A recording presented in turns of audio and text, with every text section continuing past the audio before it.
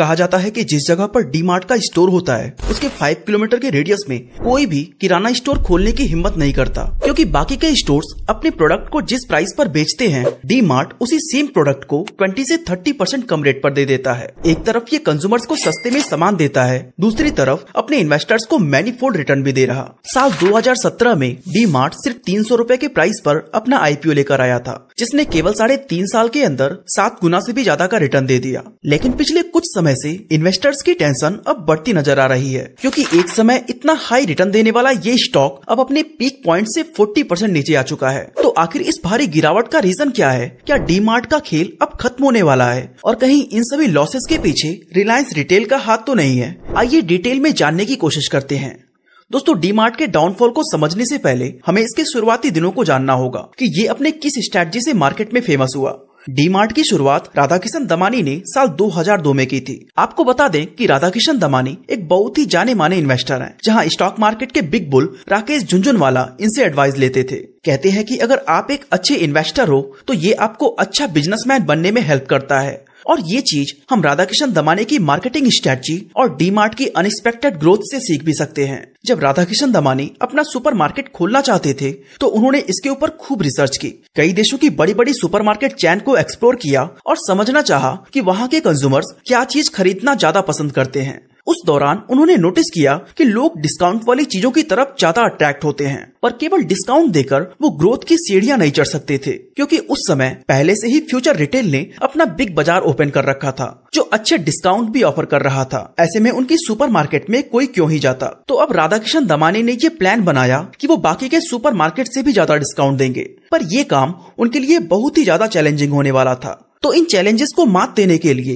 राधाकिशन दमानी ने कुछ स्ट्रेटजीज बनाई जिससे डी मार्ट आज यहाँ तक पहुँच पाया। आइए जानने की कोशिश करते हैं कि वो स्ट्रेटजीज थी क्या। डी मार्ट की सबसे पहली स्ट्रेटजी थी कि वो किराए का स्टोर ना लेके खुद की जगह खरीदेंगे। इससे उनकी रेंटल कॉस्ट बचने लगी और उनकी जेब में ज्यादा प्रॉफिट जाने लगा। आज की बात करें तो डी मार्ट के 80% स्टोर्स इनके खुद के हैं एंड इन्हें सिर्फ 20% स्टोर्स का ही रेंट देना पड़ता है। लेकिन इसमें सबसे बड़ी प्रॉब्लम ये है कि इसमें एक ही बार में ज्यादा फंड को इन्वेस्ट करना पड़ता है। अगर डी मार्ट को एक स्टोर से प्रॉफिट कमाकर अपना दूसरा स्टोर ओपन करना हो तो उसे उस वक्त तक वेट करना पड़ेगा जब तक कि सफिशिएंट अमाउंट कलेक्ट ना हो जाए। लेकिन ये चैलेंज भी डी मार्ट के लिए सिर्फ शुरुआती दिनों तक ही था, क्योंकि जैसे जैसे इनके स्टोर्स के नंबर बढ़ते गए वैसे वैसे इनके प्रॉफिट भी बढ़ते चले गए। फॉर एग्जाम्पल, पहले जहां वो एक स्टोर के प्रॉफिट को कलेक्ट करके एक दूसरा स्टोर ओपन करने में 3 साल का समय लगाते थे, तो अब जब इनके पास 3 स्टोर हो गए तो सबका प्रॉफिट मिलाकर वो 1 साल में 1 स्टोर ओपन करने लगे। यानी शुरुआत इनकी भले ही स्लो थी,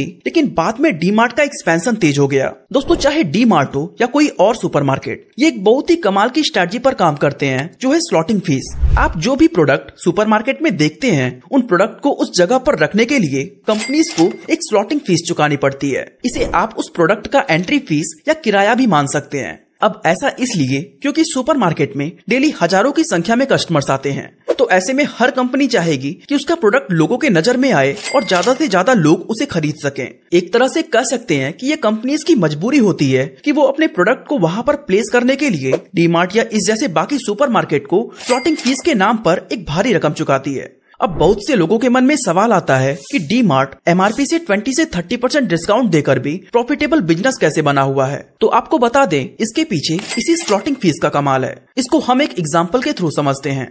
मान लो आपकी एक बिस्किट की कंपनी है और आप अपना बिस्किट डी मार्ट में बेचना चाहते हैं। ऐसा करने के लिए आपको डी मार्ट को स्लॉटिंग फीस देनी होगी। अब डी मार्ट क्या करेगा कि वो स्लॉटिंग फीस के पैसों को डिस्काउंट में बदल देगा और आपके बिस्किट को हैवी डिस्काउंट पर सेल करेगा। एंड इसी स्ट्रेटजी से D mart future retail, Reliance या दूसरी सुपरमार्केट चैन से ज्यादा सस्ते में अपने प्रोडक्ट को सेल कर पाता है। अब डिस्काउंट तो ये लोग भी देते हैं, लेकिन इन्हें शॉप का रेंट एंड और भी कई तरह के खर्च की वजह से ये डी मार्ट से कॉम्पीट नहीं कर पाते। ऐसे कई सुपरमार्केट्स हैं जो एक साल में बड़ा रेवेन्यू तो जनरेट करती हैं, लेकिन अगर हम उनकी एनुअल रिपोर्ट पर नजर डालें तो उनके एक्सपेंसेस इतने ज्यादा होते हैं कि प्रॉफिट बहुत ही कम बचता है। लेकिन डी मार्ट ने हमेशा ही अपने एक्सपेंसेस को कम रखा है। आप कभी भी उनके स्टोर्स को लग्जरी डेकोरेशंस के साथ नहीं देखेंगे। एक साफ सुथरी जगह होगी जहाँ चीजों से भरे हुए रैक्स नजर आएंगे। इसके अलावा आपके आसपास बहुत सारे स्टाफ्स भी नहीं होंगे। स्टोर्स में लाइटिंग भी डिसेंट सी होगी ताकि आप आराम से प्रोडक्ट को देख सके या उस पर लिखी हुई चीजों को पढ़ सके। वहीं अगर आप रिलायंस रिटेल या बिग बाजार को देखेंगे तो वहाँ बेहतरीन लाइटिंग, सलीके से सजे हुए प्रोडक्ट्स और काफी वॉकिंग स्पेस दिखेगा जो इनके खर्चों को बढ़ा देता है। डी मार्ट का मेन फोकस है आपको कम प्राइस पर प्रोडक्ट्स को अवेलेबल कराना, ना कि स्टोर में एक लग्जरी एक्सपीरियंस देना। और जब लोगों को एमआरपी से कम प्राइस पर चीजें मिलती हैं तो वो उसे बल्क में खरीदना ज्यादा पसंद करते हैं। एंड इस तरह डी मार्ट ह्यूज वॉल्यूम में प्रोडक्ट को सेल कर पाता है। अब एक तरफ ऑपरेशनल कॉस्ट काफी कम हो गया, ऊपर से ज्यादा क्वांटिटी में प्रोडक्ट सेल हो रहा, जो डी मार्ट के लिए अपने कॉम्पिटिटर्स से ऊपर रहने और उनसे ज्यादा प्रॉफिट कमाने का हमेशा ही एक बड़ा रीजन रहा है। अगर हम फाइनेंशियल ईयर 2014-15 की रिपोर्ट देखें तो डीमार्ट के सबसे बड़े कॉम्पिटिटर फ्यूचर रिटेल ने जहां 153 करोड़ रुपए का प्रॉफिट कमाया, वहीं रिलायंस रिटेल ने 159 करोड़ रुपए का। लेकिन उसी दौरान डीमार्ट का प्रॉफिट था 211 करोड़ रुपए। लेकिन दोस्तों पिछले 1-1.5 साल से डीमार्ट की हालत अब बिगड़ती नजर आ रही है, क्योंकि अक्टूबर 2021 में जहां इसका शेयर प्राइस 5,900 रुपए था, अब वो गिर के 3900 रुपए पर आ गया है। लेकिन हमेशा से एक अच्छा रिटर्न देने वाली इस प्रॉफिटेबल कंपनी के साथ आखिर ऐसा क्या हुआ कि इसका शेयर प्राइस इतनी तेजी से नीचे आ रहा है? आइए इसके पीछे के असली वजह को समझते हैं।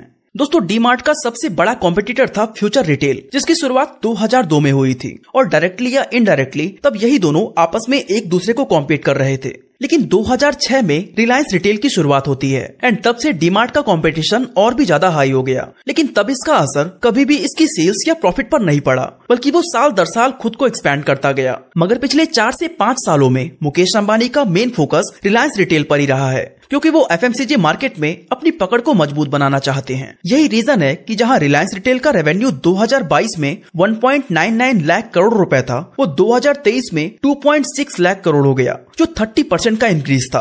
और अगर हम इसके रेवेन्यू को डीमार्ट से कंपेयर करें तो ये 5 गुना ज्यादा है। इसके अलावा बात करें एक्सपेंशन की, तो वो भी रिलायंस रिटेल के फेवर में जाता है, क्योंकि इन्होंने 2006 में एक स्टोर से शुरुआत की थी और आज इनके पास 3300 से भी ज्यादा स्टोर्स हैं। वहीं डीमार्ट के पास अभी भी केवल 324 स्टोर्स हैं। ये एक्सपेंशन कहीं ना कहीं डीमार्ट पर इम्पैक्ट डाल रहा है। लेकिन एक और चीज जिससे इसको कंपटीशन का सामना करना पड़ रहा है, वो है ऑनलाइन ई कॉमर्स प्लेटफॉर्म। पहले जहां डीमार्ट के बिगेस्ट कॉम्पिटिटर्स थे फ्यूचर रिटेल और रिलायंस रिटेल, वहीं अब जेप्टो, बिग बास्केट, जियो मार्केट, टुंजो, फ्लिपकार्ट सुपरमार्केट, ग्रोफर्स और अमेजॉन पैंट्री जैसे कई कॉम्पिटिटर्स मार्केट में पैर जमा चुके हैं। इसको देखते हुए डीमार्ट ने भी डीमार्ट रेडी नाम की एक ई कॉमर्स बिजनेस की शुरुआत की। लेकिन फाइनेंशियल ईयर 2021 में इसे 80.62 करोड़ रुपए का लॉस हुआ, तो फाइनेंशियल ईयर 2022 में 142 करोड़ रुपए का।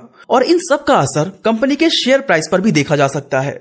अब समझते हैं डीमार्ट के डाउनफॉल का दूसरा रीजन, जो है लोअर कंज्यूमर स्पेंडिंग। दोस्तों पिछले कुछ सालों में इन्फ्लेशन रेट बहुत ही तेजी से बढ़ा है। 2022 में इन्फ्लेशन रेट 6.67% था, वहीं 2021 में 5.51%। बढ़ते इन्फ्लेशन रेट का इम्पैक्ट ये पड़ता है कि इससे लोगों की परचेजिंग पावर कम हो जाती है। एग्जाम्पल के लिए मान लो अगर कोई 20,000 रुपए कमा रहा है और 8,000 ग्रोसरी पर खर्च कर रहा है, 5,000 मेडिसिन पर और 2 से 3,000 रुपए ट्रांसपोर्टेशन पर, तब भी उसके पास 4,000 रुपए एक्स्ट्रा बच जाते हैं, जिससे वो एडिशनल चीजें जैसे कि कपड़े, कर्टेन, डेकोरेटिव आइटम्स या कोई भी ऐसी चीज खरीद सकता है जिसकी उसे बहुत ज्यादा जरूरत ना हो। लेकिन जब महंगाई बढ़ जाती है तो ग्रोसरी पर 8,000 की जगह 10,000 और मेडिसिन पर 5 की जगह 8,000 खर्च होने लगते हैं। तो लोगों के पास इतने पैसे ही नहीं बचते कि वो एडिशनल चीजों को खरीदने के बारे में सोचे। एंड इस चीज का सीधा इम्पैक्ट पड़ा डीमार्ट पर। इसके जनरल मर्चेंडाइज और अपैरल सेगमेंट, जिसमें टॉयज, क्रॉकरी और गारमेंट्स जैसे प्रोडक्ट्स आते हैं, जिससे डीमार्ट लगभग 23% रेवेन्यू जनरेट करता था,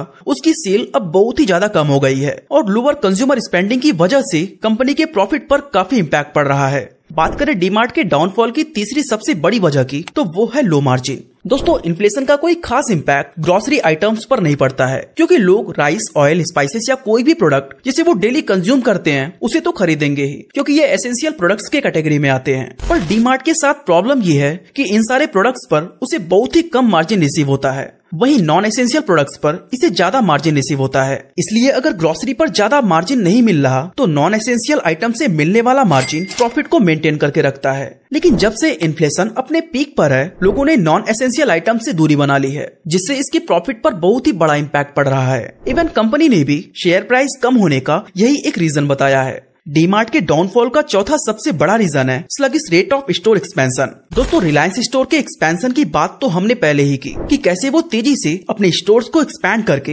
एफएमसीजी में लीडर बनने की कोशिश कर रहा है। उसी दौरान उसने देखा कि फ्यूचर रिटेल के पास 200 से भी ज्यादा स्टोर्स ऐसे हैं जिसका उसने लंबे समय से किराया नहीं दिया है। ऐसे में रिलायंस ने लैंडलॉर्ड से बात करके इन स्टोर्स में रिलायंस रिटेल का बोर्ड लगाकर वहाँ अपना खुद का स्टोर रन करने लगा, जिससे कम पैसे और कम समय में इसे 200 नए स्टोर्स मिल गए। इस रैपिड एक्सपेंशन को देखकर डीमार्ट को भी लगा कि उसे अगर कंपटीशन में आगे निकलना है तो अपने स्टोर्स को ज्यादा से ज्यादा शहरों में ओपन करना होगा। इसी वजह से पिछले साल डीमार्ट ने अराउंड 50 नए स्टोर्स ओपन किए थे, लेकिन 2023 में अभी तक डीमार्ट ने केवल 22 स्टोर्स ही ओपन किए हैं। यानी कि लास्ट ईयर वाले ग्रोथ को मैच करने के लिए कंपनी को अभी भी 28 स्टोर्स ऐड करने होंगे। लेकिन जिस तरह हर क्वार्टर में इनके नए स्टोर्स की संख्या डिक्लाइन होती जा रही है, उसको देखकर ये नहीं लगता कि कंपनी इस गोल को अचीव कर पाएगी। खैर, हमारे लिए ये जानना भी जरूरी है कि आखिर इन स्टोर्स का एक्सपेंशन इतना स्लो क्यों हो गया है। तो इसका सबसे पहला रीजन है फंड की कमी और दूसरा रीजन है रियल एस्टेट के बढ़ते प्राइस। जैसा कि हमने डिस्कस किया था कि डीमार्ट अपना स्टोर खुद की प्रॉपर्टी पर ओपन करता है। ऐसे में मैनेजमेंट का कहना है कि रियल एस्टेट के बढ़ते प्राइस की वजह से वो तेजी से अपने स्टोर्स को एक्सपैंड नहीं कर पा रहे।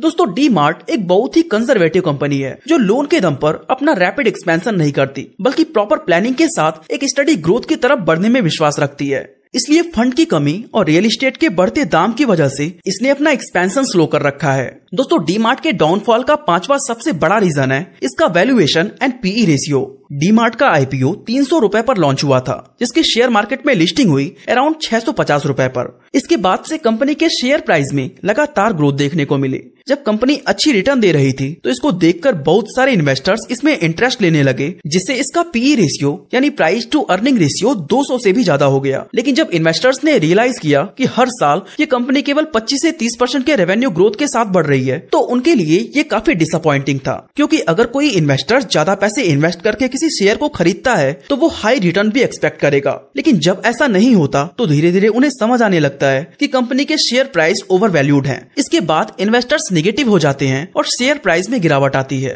अब यहाँ तक तो बात हुई उन रीजंस की जिनकी वजह से डीमार्ट के शेयर प्राइस में गिरावट आ रहे हैं, लेकिन क्या अभी भी पॉसिबिलिटी है कि कंपनी फिर से पहले जैसी प्रॉफिटेबल बन सके?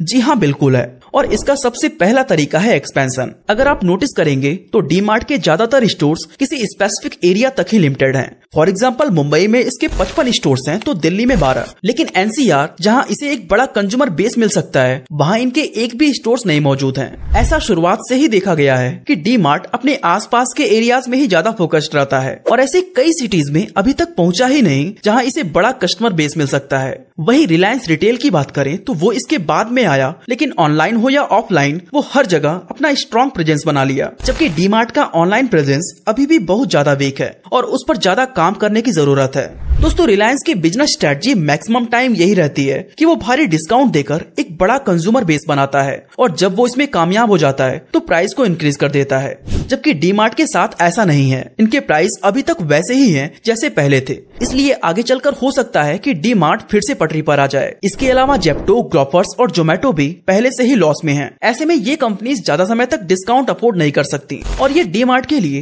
एक प्लस पॉइंट हो सकता है। वैसे दोस्तों, आपको क्या लगता है, क्या डीमार्ट पहले जैसे कमबैक कर पाएगा या नहीं? अपना ओपिनियन हमें कमेंट करके जरूर बताएं। इसी तरह अगर आप जानना चाहते हैं कि एप्पल कंपनी कैसे दुनिया को बेवकूफ बनाती है तो आई बटन पे क्लिक करके वीडियो को देख सकते हैं। बाकी आज के लिए बस इतना ही।